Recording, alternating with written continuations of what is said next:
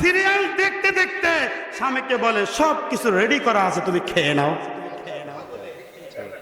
আছে কি নাই? একটু আস্তে বলেন, আছে কি নাই? জোরে বলেন, আছে কি নাই? তবে আপনাদের শেরপুরের মা বোনরা খুব ভালো, আলহামদুলিল্লাহ। আল্লাহ পাক রব্বুল আলামিন এই শেরপুরের প্রত্যেকটা মা বোনকে রাবেয়া বস্তির মতো বানায় দেয়। আমার ভাইরা, আমার বন্ধুগণ, আল্লাহ বলবে, বান্দা তোরে দুনিয়ার মধ্যে ডেকেছি কিন্তু মসজিদের মধ্যে পাই নাই।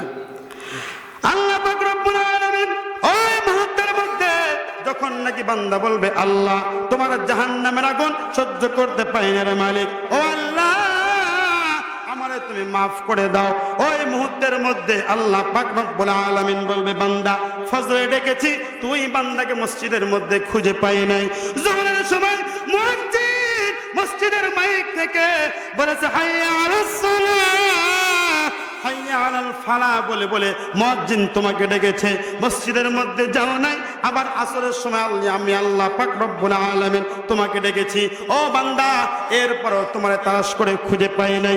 আসরে ডেকেছি, ও বান্দা তোমার চেহারা আমি মসজিদের মধ্যে দেখি নাই। ও বান্দা মাগরিবের সময় আমি আল্লাহ পাক রব্বুল আলামিন তোমাকে রেখেছে, এরপরেও তুমি মসজিদে হাজিরা দাও নাই।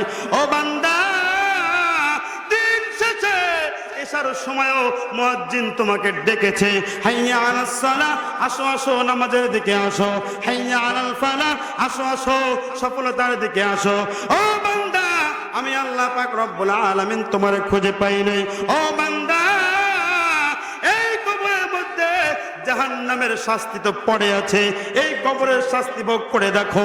বান্দা চিৎকার দেবে আর বলবে, মালিক তোমার শাস্তি সহ্য করতে পারে না। আমার ভাইয়েরা, আমার বন্ধুগণ, আল্লাহ পাক রব্বুল আলামিন ওই কবরের মধ্যে যে শাস্তি দিবে হলো স্যাম্পল শাস্তি। কি শাস্তি? কথা বলেন না কেন? দোকানে কোনো কিছু কিনতে গেলে সব কিছু কি বাইরে রাখে না গোডাউনেও কিছু থাকে? কথা বলেন না কেন? দেখেন দুনিয়ার মধ্যে কাপড়ের দোকানে যখন কাপড় কিনতে যাবেন, কাপড় কিনতে গেলে সব কিছু ঝুলে রাখে না গোডাউনেও থাকে?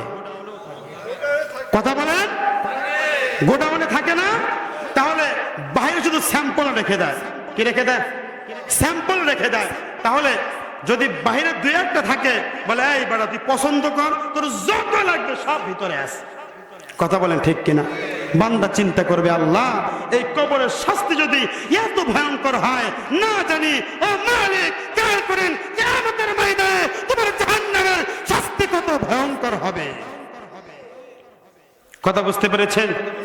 কিয়ামতের ময়দানে শাস্তি কেমন হবে, কত ভয়ঙ্কর হবে।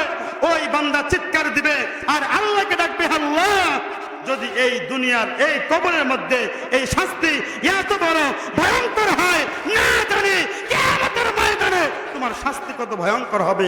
ওই বান্দা কাঁদতেই থাকবে। আমার ভাইয়েরা, আমার বন্ধুগণ, আমরা কি বুকে হাত দিয়ে বলতে পারবো আমরা জীবনে কোনো অন্যায় করি নাই? বলতে পারবো? কথা বলেন, বলতে পারবো?